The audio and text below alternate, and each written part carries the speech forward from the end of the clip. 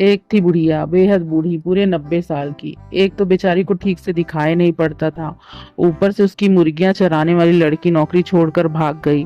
बेचारी बुढ़िया सुबह सुबह मुर्गियों को चराने के लिए खोलती तो वे पंख फड़फड़ाती हुई सारी की सारी बुढ़िया के घर की चारदीवारी फांदकर अड़ोस पड़ोस के घरों में भाग जाती और कुकड़ुकू करती हुई सारे मोहल्ले में हल्ला मचाती हुई घूमती।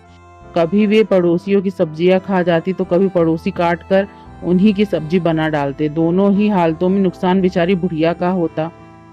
जिसकी सब्जी बर्बाद होती वह बुढ़िया को भला बुरा कहती और जिसके घर में मुर्गी पकती उससे बुढ़िया की हमेशा की दुश्मनी हो जाती।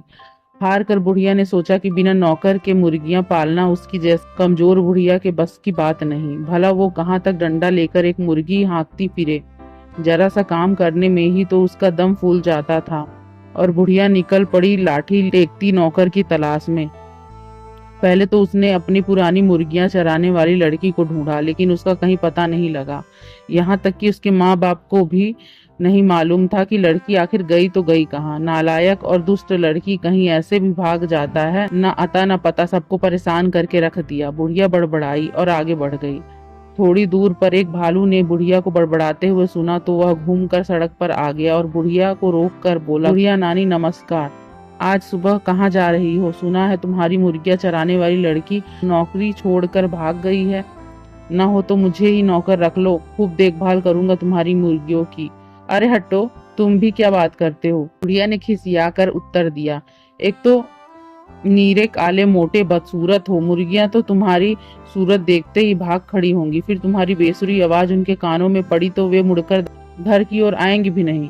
एक तो मुर्गियों के कारण मोहल्ले भर से मेरी दुश्मनी हो गई, दूसरा तुम्हारे जैसे जंगली जानवर और पाल लूं तो मेरा जीवन मुश्किल हो जाए। छोड़ो मेरा रास्ता, मैं खुद ही ढूंढ लूंगी अपने काम की नौकरानी। बुढ़िया आगे बढ़ी तो थोड़ी ही दूर पर एक सियार मिला और बोला, राम राम बुढ़िया नानी, किसे खोज रही हो? बुढ़िया खिसिया कर बोली, अरे खोज रही हूँ एक भली सी नौकरानी जो मेरी मुर्गियों की देखभाल कर सके।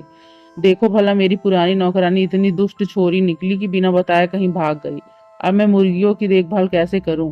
कोई कायदे की लड़की बताओ जो 100 तक की गिनती गिन सके, ताकि मेरी 100 मुर्गियों को गिनकर दड़बे में बंद कर सके।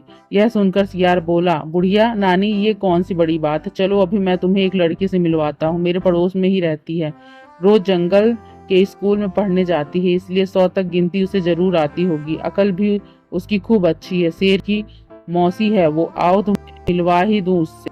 बुढ़िया लड़की की तारीफ सुनकर बड़ी खुश होकर बोली, जुग जुग जियो बेटा, जल्दी बुलाओ उसे, काम का समझा दूं, अब मेरा सारा झंझट दूर हो जाए। लड़की मुर्गियों की देखभाल करेगी और मैं आराम से बैठकर मक्खन बिलोया करूंगी।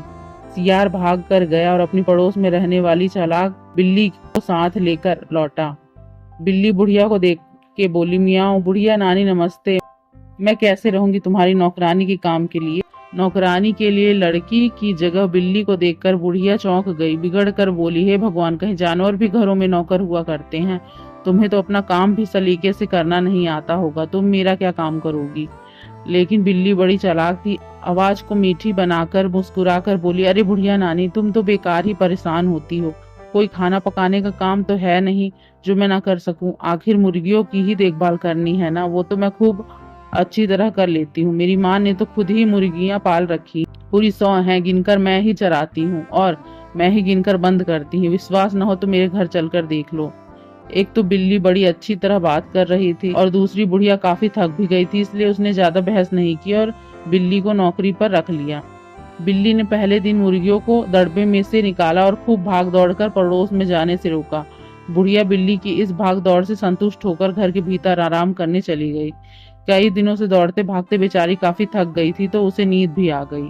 इधर बिल्ली ने मौका देखकर पहले ही दिन 6 मुर्गियों को मारा और चट कर गई। बुढ़िया जब शाम को जागी तो उसे बिल्ली की इस हरकत का कुछ भी पता नहीं लगा। एक तो उसे ठीक से दिखाई नहीं देता था और उसे 100 तक गिनती भी नहीं आती थी, फिर भला वह इतनी चालाक बिल्ली की शरारत कैसे जान पाती? अपनी मीठी मीठी बातों से बुढ़िया को खुश रखती और आराम से मुर्गियां चटकर जाती। पड़ोसियों से अब बुढ़िया की लड़ाई नहीं होती थी, क्योंकि मुर्गियां अब उनके अहाते में घुसकर शोरगुल नहीं करती थी। बुढ़िया को बिल्ली पर इतना विश्वास हो गया कि उसने मुर्गियों के दड़बे की तरफ जाना ही छोड़ दिया। धीरे धीरे एक दिन ऐसा आया जब दड़बे में 20-25 मुर्गियां ही बची। उसी समय बुढ़िया भी टहलती हुई उधर ही आ निकली। इतनी कम मुर्गियां देखकर उसने बिल्ली से पूछा, क्यों री, बाकी मुर्गियों को तूने चरने के लिए कहाँ भेज दिया? बिल्ली ने झट से बात बनाई, अरे और कहाँ भेजूंगी बुढ़िया नानी, सब पहाड़ के ऊपर चली गई हैं। मैंने बहुत बुलाया लेकिन वो इतनी शरारती कि वापस आती ही नहीं है। उफ, ये शरारती मुर्गियां। बुढ़िया का बड़बड़ाना फिर शुरू हो गया। अभी जाकर देखती हूँ कि ये इतनी ढीठ कैसे हो गई। पहाड़ के ऊपर खुले में घूम रही है, कहीं कोई शेर या भेड़िया आ ले गया तो बस। ऊपर पहुंचकर बुढ़िया को मुर्गियां तो नहीं मिली सिर्फ उनकी हड्डियां और पंखों का ढेर। बुढ़िया को समझते देर न लगी कि यह सारी करतूत बिल्ली की है। वो तेजी से नीचे घर की ओर लौटी। इधर बिल्ली ने सोचा कि बुढ़िया तो पहाड़ पर गई, अब वहां सिर पकड़कर रोएगी, जल्दी आएगी नहीं। तब तक क्यों न मैं बची मुर्गियां भी चट कर लूं। यह सोचकर उसने बाकी मुर्गियों को भी मार डाला। अभी वह बैठी उन्हें खा ही रही थी कि बुढ़िया वापस लौट आई। बिल्ली को मुर्गियां खाते देख वह गुस्से से आग बबूला हो गई और उसने पास पड़ी कोयलों की टोकरी उठाकर बिल्ली के सिर पर दे मारी। बिल्ली को चोट तो लगी ही, उसका चमकीला सफेद रंग काला हो गया। अपनी बदसूरती को देख वह रोने लगी। आज भी लोग इस घटना को नहीं भूले। रोती हुई काली बिल्ली को डंडा लेकर भगाते हैं। चालाकी का उपयोग बुरे कामों में करने वालों को बिल्ली जैसा फल भोगना पड़ता है।